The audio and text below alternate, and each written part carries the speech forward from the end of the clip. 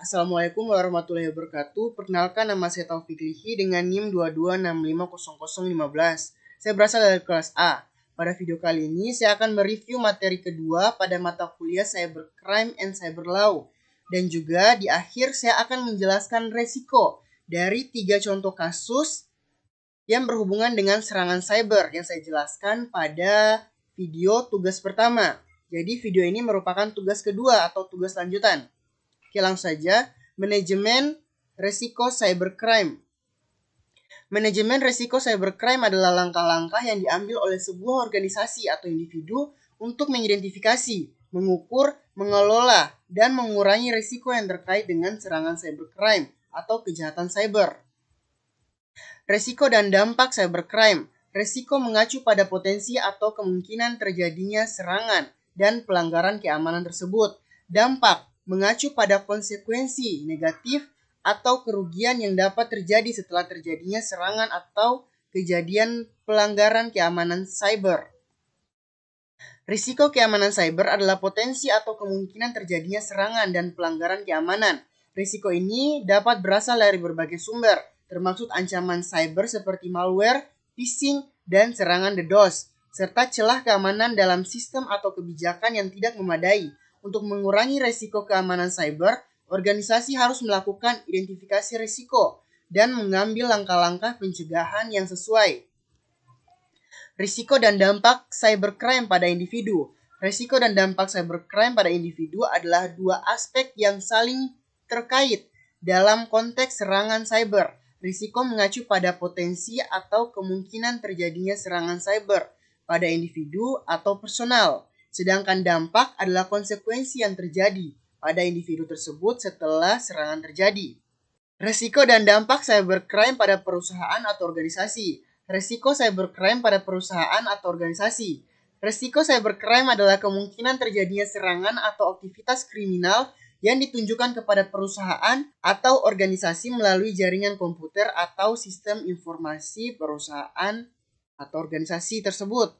Dampak cybercrime pada perusahaan atau organisasi. Dampak cybercrime adalah konsekuensi atau kerugian yang dialami oleh perusahaan atau organisasi setelah terjadi serangan cybercrime. Dampak cybercrime pada sosial, ekonomi, dan politik. Yang pertama, dampak sosial dari kejahatan cyber.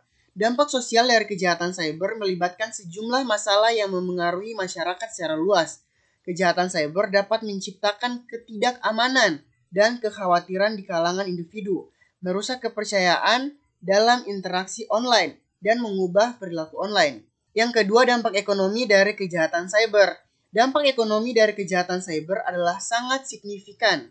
Kejahatan cyber dapat mengakibatkan kerugian finansial yang besar bagi individu, perusahaan, dan bahkan negara. Kerugian ini mencakup biaya pemulihan setelah serangan, hilangnya pendapatan akibat gangguan operasional, biaya hukum, serta dampak jangkauan pada reputasi dan nilai perusahaan. Yang ketiga, dampak politik dari kejahatan cyber. Dampak politik dari kejahatan cyber memiliki dimensi yang luas dan signifikan dalam konteks global dan nasional.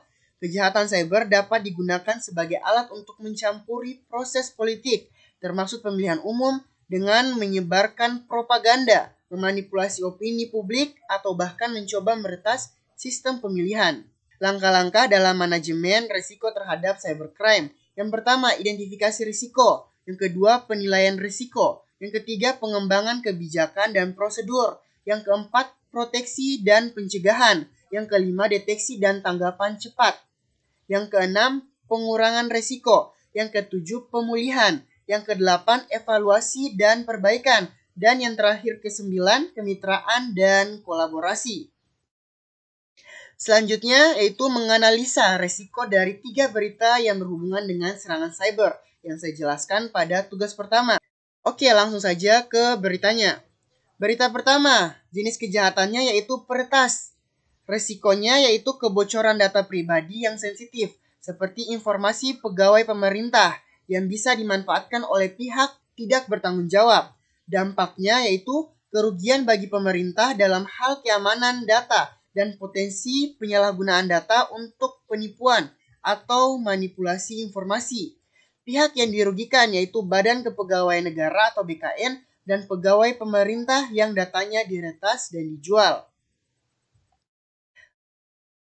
Berita kedua, jenis kejahatannya yaitu pornografi anak. Resikonya yaitu anak-anak menjadi korban eksploitasi seksual dan paparan konten pornografi yang merusak perkembangan psikologis mereka. Dampaknya, efek negatif pada perkembangan mental dan moral anak, serta potensi trauma jangka panjang. Pihak yang dirugikan, yaitu anak-anak Indonesia, khususnya murid PAUD hingga SMA, serta keluarga dan masyarakat yang prihatin terhadap keselamatan anak. Yang ketiga yaitu jenis kejahatannya cyberbullying. Resikonya kerugian emosional dan psikologis bagi korban yang menjadi sasaran perundungan online.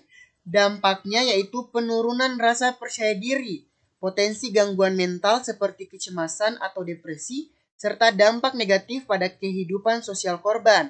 Pihak yang dirugikan, korban cyberbullying atau individu yang dirundung, dan juga keluarga korban.